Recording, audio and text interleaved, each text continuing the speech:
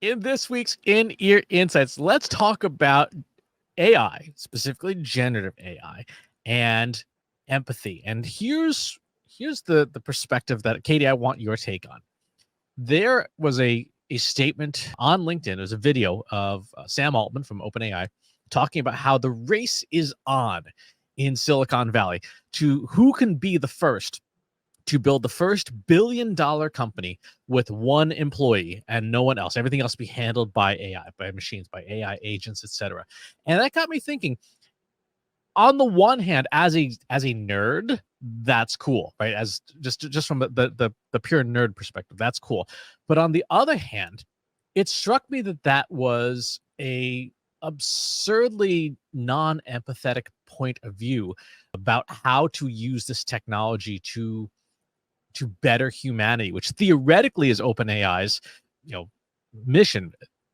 Building a $1 billion company that employs no one but you strikes me as, I don't want to say selfish, but it is kind of selfish in the sense of like, yeah, I want all the money and I don't want to give it to anyone else. And that to me is, it highlights something that we've seen for the last 30 years, but really badly in the last 5. If you look at papers and research on the topic of just the absolute decline in our overall ability to practice empathy, sort of an empathy deficit. So what that got me thinking is you have a bunch of people who are building these systems who have no sense of empathy and no sense of connection to like regular people. And that does not bode well for how this technology is going to be used at a societal level. What's your take on this? I mean, that's a lot to unpack. So, I have a lot of questions, as you would imagine. Number one, what kind of business are we talking about? Number two, is this assuming that the one person who builds the business is the one person who's going to train and build and maintain everything? Therefore, we already know that there's flaws there because of the inherent bias that'll be built in. Uh, Number three, based on the kind of business, who wants this thing that's, as consumers, we're like solely, okay, this is just the brainchild of Sam Altman. I mean, we're seeing this with people like Elon Musk. People are like, yeah, he's trying to do this like solely as his perspective, his opinion, and it's going poorly every step of the way. And he's seeing it happen publicly. And then the other thing is, so, you're doing this research on the empathy deficit. I mean, if my assumption, I haven't read the research that you've read, is that a lot of this is politically charged by the people who have been quote unquote in power. And it's, sort of driving the society to act certain ways, which is less empathetic than it has been historically. I then look at the groups that are pushing back on those people in power. So to not be so vague, when I look at past administrations, specifically, people who had no business being president in the first place, their opinion, their actions took a toll on society, on, the country as a whole, in terms of how they felt entitled to behave, how they approached situations, how they lack of problem solved and just sort of bullied and pushed people around. That to me is sort of the root of where you're feeling that society is declining in terms of empathy. I then look at organizations like the Human Rights Organization that are every single day fighting the fight, pushing back, gathering numbers. I look at prominent public figures, not to jump on the bandwagon, but someone like a Taylor Swift who has millions, if not billions, of people hanging on her every word, and her saying the way that people are behaving in power is not okay. We need to do something about it. So, my sense is the research that you're reading is very narrow, because let me take a step back. The problem with academic research, I've been in academic research. The problem with academic research that I've always found is that you're supposed to get enough of a quote unquote representative sample of people in order to say that this represents everybody. But that's impossible. So you get like an N of 256 people, and that's meant to represent like 10,000 people. People are so complex and unique that there is no possible way that that small n of a quote unquote representative sample truly represents the way that we all think and feel, especially if you haven't asked us. But you can't ask us all how we feel because you have to get the research out the door. You have to get your name on a paper. You have to be the first to market with the thing. So all of this is a way of saying, I feel like there's a couple of things happening for you, Chris. I feel like one, I know you personally seek out the doom and gloom, not in a, you seek it out in order to understand it. And so I feel like, you know, similar to doom scrolling, like what we do when we're scrolling through social media and we're seeing just the bad news, I feel like perhaps you've gone down this rabbit hole of looking for the bad, that it's hard to see the good. And then you're also looking at research that is so narrowly focused on the bad that I do feel like you're missing the good that happens. Got it. Let's take a step back, like you said, and work with the definition of empathy that I've been working with, which is empathy is commonly defined as being able to understand another person's experiences and feelings from their point of view, as opposed to sympathy, which would be being able to understand someone's experiences and feelings from your point of view. So this is something that guys in particular are really bad at, right? Guys are like, well, that's terrible. Let me tell you all about the time that I had this problem, right? You know, we've all had those, but you've had that experience where someone, typically a guy, has heard you, but then injects himself into the conversation entirely, right? So that would be sympathy. That is a lack of empathy because that person cannot see from your point of view. Like they literally are so self-centered that they cannot see from your point of view. They just don't understand it, and they don't make an attempt to understand it. So that's kind of the definition I'm working with, is like empathy would be someone who understands your experiences and your feelings from your point of view and not theirs. Well, In and that, so even in that example of you're saying that like they heard me, they didn't hear me at all. That's not sympathy either. That is just waiting for your turn to talk. No, and I'm being serious. Like no, I know that. it's not sympathy. It's not, Yeah. yeah, you had such a bad day. Let me tell you about my bad day. That's them going through the motion, and women do it too. It's them going through the motion of let me demonstrate to you. Let me check the box that I listened to the words you said, and let me relate to you by sharing something about me instead. And it's actually pretty common. People feel they struggle to make those connections with other people. So they feel like if they share a relevant story about themselves, they're then demonstrating, I know what you've been through. And sometimes that's okay. Sometimes that's appropriate.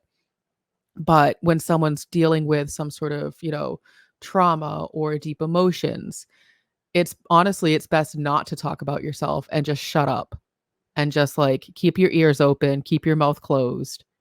And that is honestly one of the best ways to show both sympathy and empathy, is to not talk about yourself at all, because it's not about you. And I think that that's sort of what you're trying to get at, especially with this Sam Altman quote, is it's all about him. There is zero compassion. There's zero, thought about what this is going to do to other people.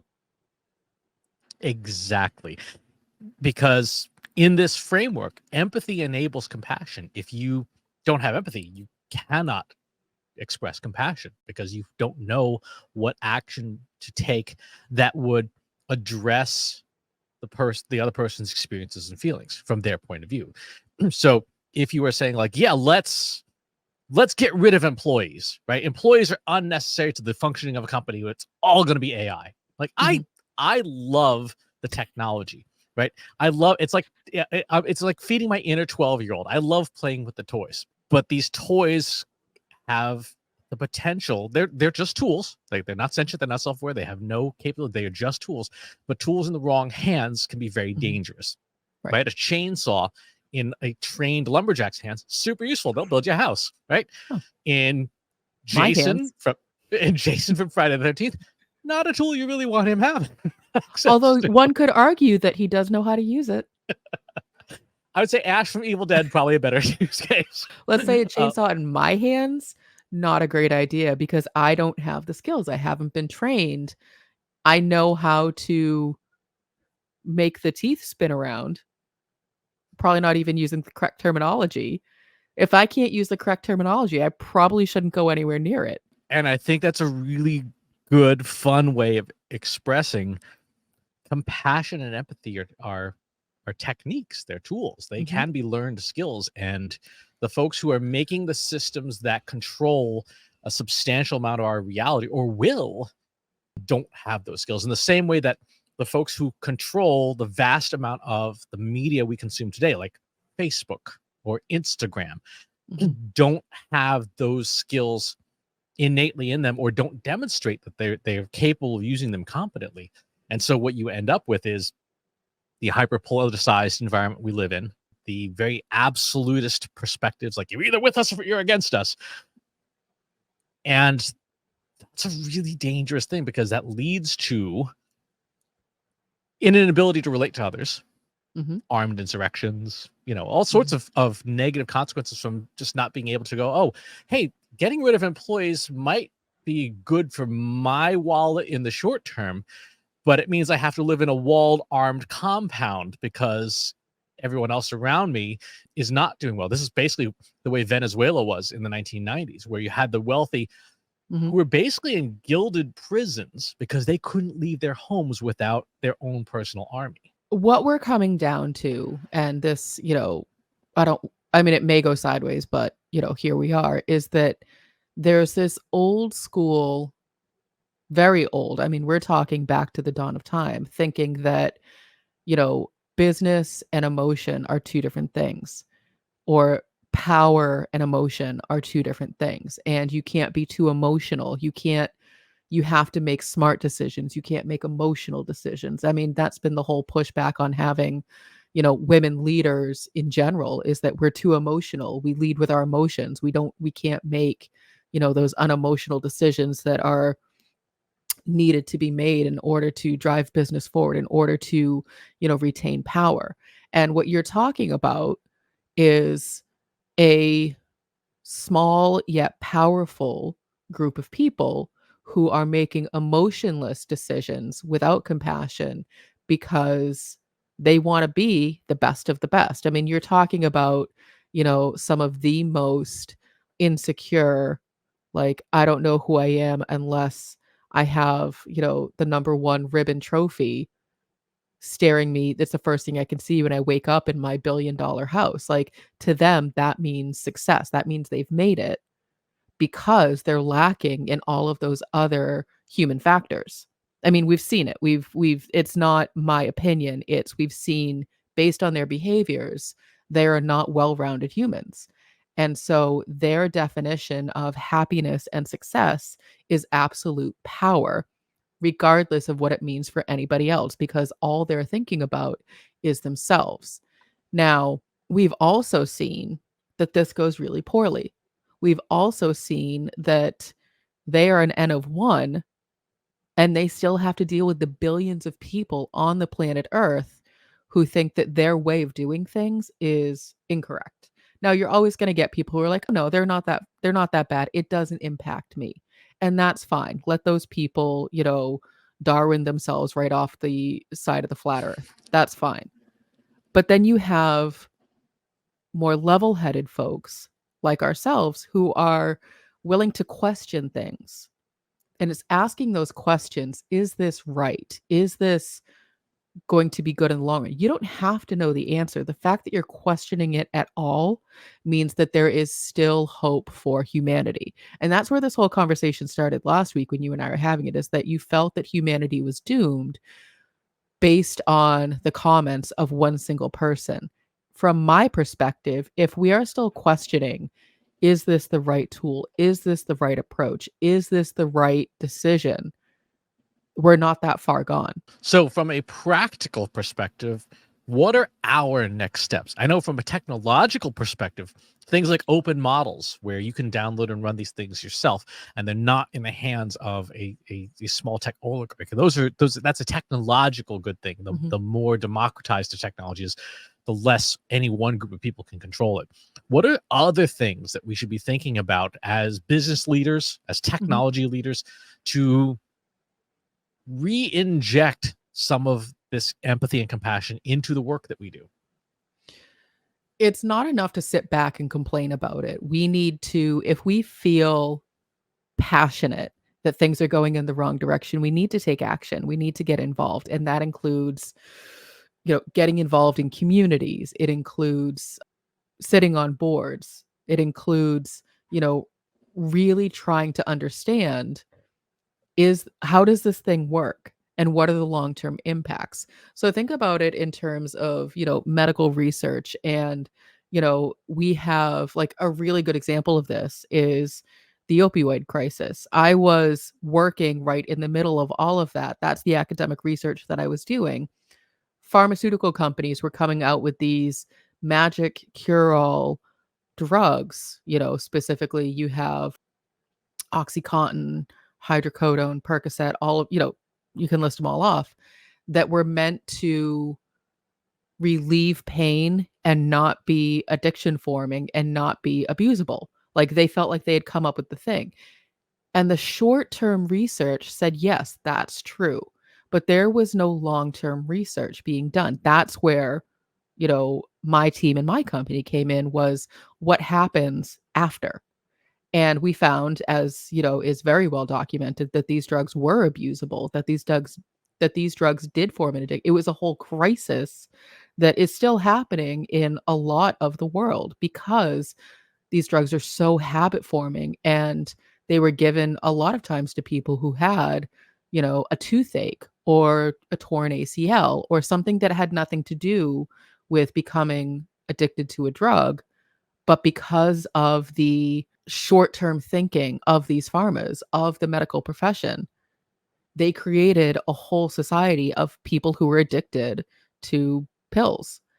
And I feel like we're going to see the same kind of situation happen with generative AI because it's short-term thinking.